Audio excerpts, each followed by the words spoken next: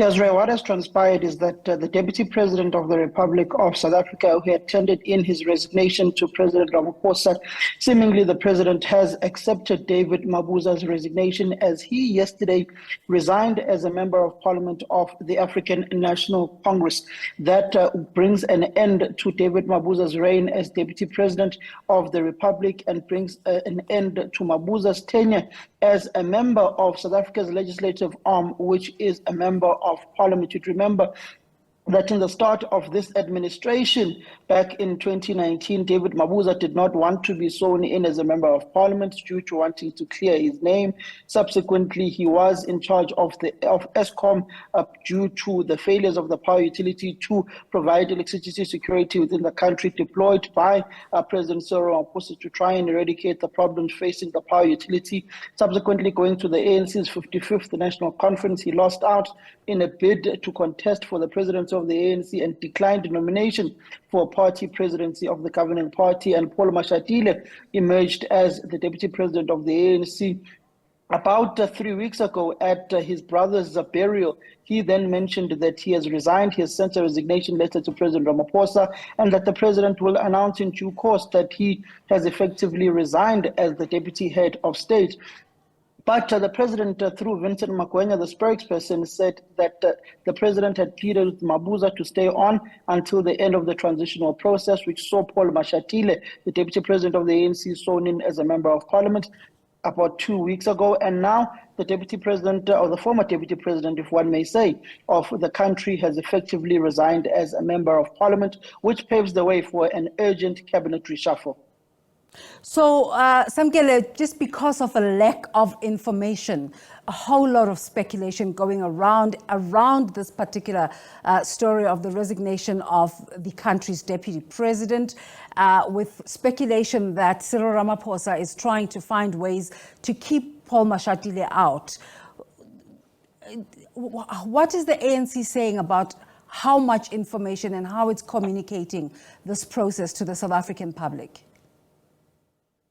Well, Desiree, those issues of the president trying to keep Paul Mashatile out as the deputy president of the country, the Secretary General of the ANC, Fikile Mbalula, refuted those allegations in saying that President Ramaphosa is very meticulous in whatever he does. He does not like reshuffling. He is applying his mind, and that Paul Mashatile will be the deputy president of the country, in the words of Fikile Mbalula, not saying that as explicitly as I'm saying, but he was practically saying that you can read in between the lines of what is happening with Paul Mashatile being sent to parliament, effectively meaning that he, as Fikile Mbalula said, he would not send Paul Mashatile to parliament to be a backbencher. After all, he is the second in command in the ANC, and he will be given a critical role in government. And normally there is an unwritten rule within the ANC that the deputy president of the ANC effectively becomes the deputy president of the country, just like the ANC has a rule which is in the constitution, where it amended it in the ANC's 2007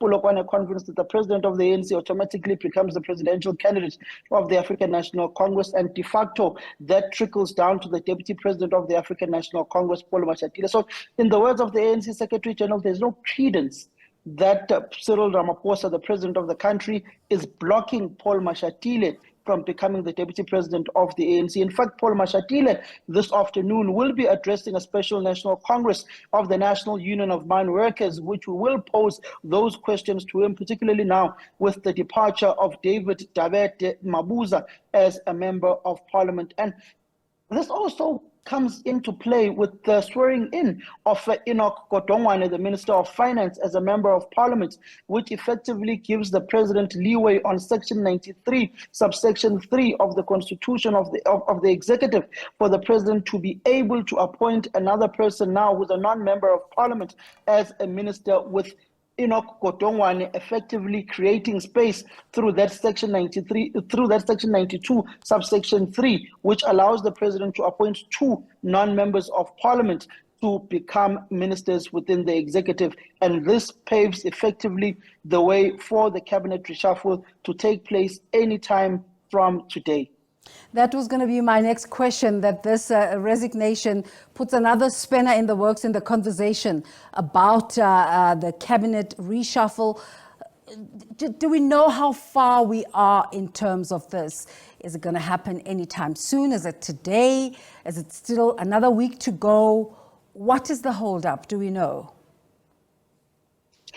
We knew one of the holdups was the issue of the Section 92, subsection 3 of the president not being able to appoint someone outside of parliament into the executive, because those two spaces had been taken up. Now that there's a space that has been opened up with Madiba Inokotiongwane, the Minister of Finance, being sworn in as a member of parliament yesterday after the resignation of David Mabuza as well, and the swapping of and the resignation of one MP of the ANC from the Eastern Cape province to open up way for Inokotiongwane, and also these consultations that have been taking place with alliance partners and critical stakeholders.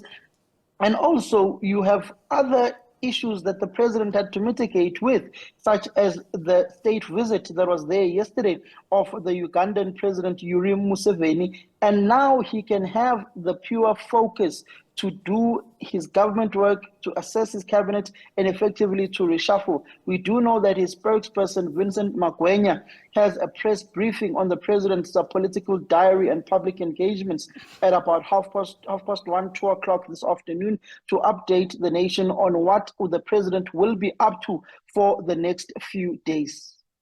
So the other issue that's been coming up, Samkele, just in relation to the cabinet reshuffle, is just that plea by South Africans that the president, bring on board capable people who are qualified. Just from your investigative sense, are you getting a sense that all the work that's taking place in the background is it just political work, spinning, or is there just a clear, genuine effort to find people who are capable to take South Africa forward as we face these multiple challenges that we face? Well, Desiree, not too bad for the current administration, but when you look at the likes of Nobuhle Nkabane, who's the Deputy Minister of Mineral Resources and Energy, she is pretty much qualified within the chemical and the engineering space. She is well equipped. You look at Njabulo Nzuza, the Deputy Minister of Finance. He is an economist by profession. You also look at the head of infrastructure within the presidency, Dr. Jose Ntoramokupa. He is also an engineer by profession, former mayor of Tshwane, former MEC of economic development within Gauteng. So he seems to have a lot of skill and a lot of mantle within him as well. You also go to Pakstow, who is a member of parliament now, who effectively may be deployed as well into the executive of the Republic of South Africa. You look at Gwede Mantashe himself, who is a master's student, a former a leader of the NUM, a former Secretary General of the ANC, who is and values education highly. So the state does have a number of capable people. You look at Minister Pravin Gordhan as well, who is a pharmacist by profession, has been within the economic space for a while, has been a commissioner of the South African Revenue Services. There are a number of these capable people within the state, but also it is not the politicians that effectively do the job. It is the bureaucrats. And if the bureaucrats are not up to scratch, then you can forget about service delivery. You can forget about eradicating load shedding. For instance, you look at Eskom, the failing power utility, and you look at Andre de Ruyter. Yesterday, we had an engagement with Minister Gwede Mantashe, who effectively said, just like the Secretary General of the ANC, that Andre de Ruyter had dismally failed in his job in making sure that Eskom eradicates load shedding and there is energy security within the country. The president seems as if he wants to resolve these triple challenges of poverty, inequality, and underdevelopment within the country, but also sort out the energy crisis and grow the South African economy. But it's not entirely up to the president alone. It's not a task that is entirely up to government alone. Also, the private sector, civil society, labor also has to come on board in assisting in trying to get the country out of the economic doldrums it finds itself in. But it does seem as if there is a push for government to effectively service the people of South Africa, but also the push must not only be given to those whom are elected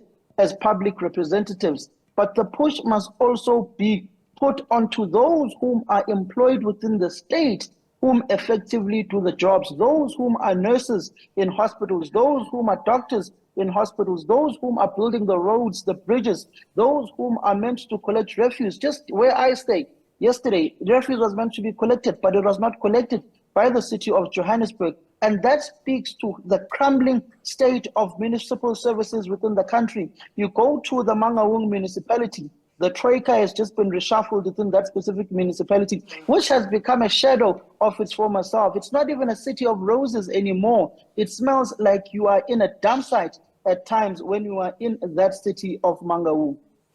Samkele, do we know what's next for David Mabuza? We don't know what's next for the Deputy President. We do know that he will sometimes be coming up to Gauteng at his private residence or be out at home at his farm in Barberton. But knowing David Mabuza, he's not going to just disappear. He will resurface somewhere, somehow, somewhere with something we don't know as yet what he will be planning. We do know that those whom are his political backers and supporters like Mandla Msibi, Pat Ngomane,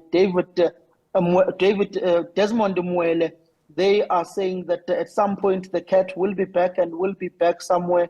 But for now, he will be going back to re-strategize.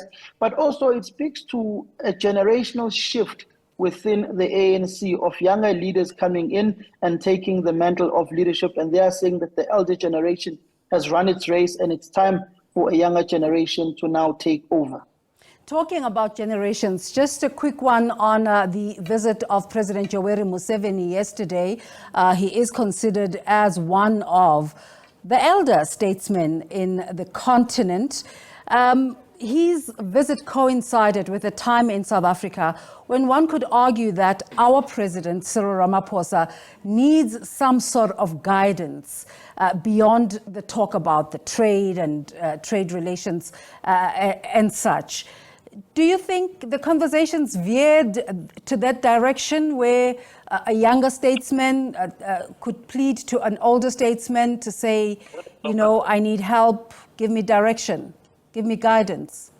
Well, Desiree, what we do know is that the president and Yoweri Museveni, they are seemingly very close, Desiree, as you'd know, that Cyril Ramaphosa's son, Andile Ramaphosa, at some point in his life, he went to take a wife in Uganda. Yoweri Museveni was seemingly in or at that wedding or Ghana, in around. Samkele. The president. I think it was Ghana, but I'm not sure whether it was Ghana or Uganda, but the president and Yoweri Museveni seem to have a very close relationship, particularly when it comes to the Ankoles, which the president went and loved when he took a trip to Uganda, when he was still outside of the state, and subsequently when he entered the state and he brought those Ankoles into the country. So they are very close, so they have a very close relationship. And speaking yesterday, Yoweri Museveni spoke about how he recruited himself into the ANC in the 60s when they were in Dar es Salaam, and how he has always had this affinity towards the African National Congress. And he perceives himself as having been in the second generation of freedom fighters within the African continent, and linking it to those years of Oliver Tambo, linking it to those years of Nelson Mandela, linking it to the 1940s generation that pioneered South Africa's freedom and took it back to the formation of the ANC within the 1912s. And he spoke as if he was an elderly brother, an elderly citizen, an elderly statesman within the African continent to guide those whom are leading their countries now within this continent. Samkele, I just checked you. Apologies there, you're correct. It is Uganda that the president's son went to have matrimonial relations, just in terms of broadening their family there. But these things that you say that Mr. Museveni articulated, in a time when the African National Congress is grappling with unity, the issues of unity, issues of renewal, how would that message resonate with the leadership that's come out of the 55th conference of the African National Conference?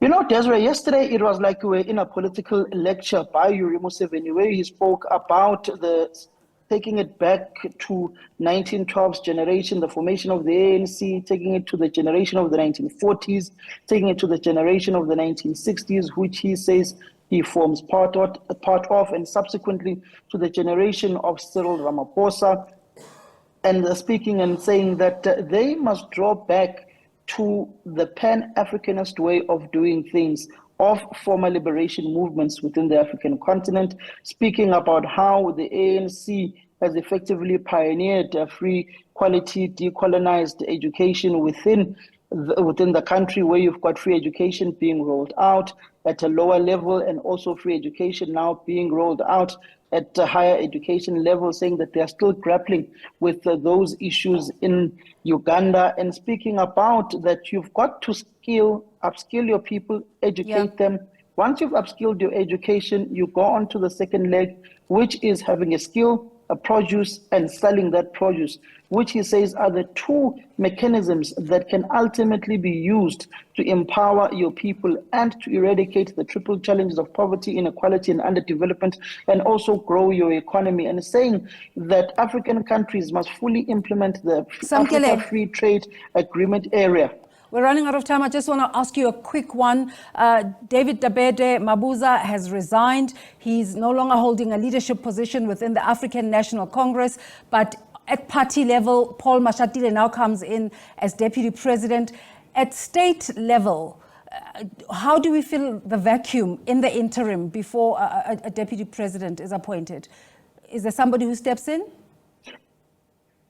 At this point in time, there's no one who steps in as the acting deputy president, because there is an imminent cabinet reshuffle which will take place in the coming days, with the deputy president having effectively vacated office, and with Fikile Mbalula, the Minister of Transport, having to vacate his ministerial position and vacate from Parliament to be full-time at Luchuli House at the 6th floor. It tells you that with those two major shifts within the executive of the country, there is definitely a cabinet reshuffle on the cards. We don't have a Minister of Public Service and Enterprise, with the resignation of former Minister Ayanda Dlodlo. So this resignation is pretty much imminent, and also with the creation of a new Ministry of Electricity to sort out South Africa's energy crisis. It tells you that this matter is of urgency, and at this point in time, the only thing that is left is for President Ramaphosa to finish his consultations and effectively address the country once he's decided on the changes to his executive. There will be no interim deputy president at this point in time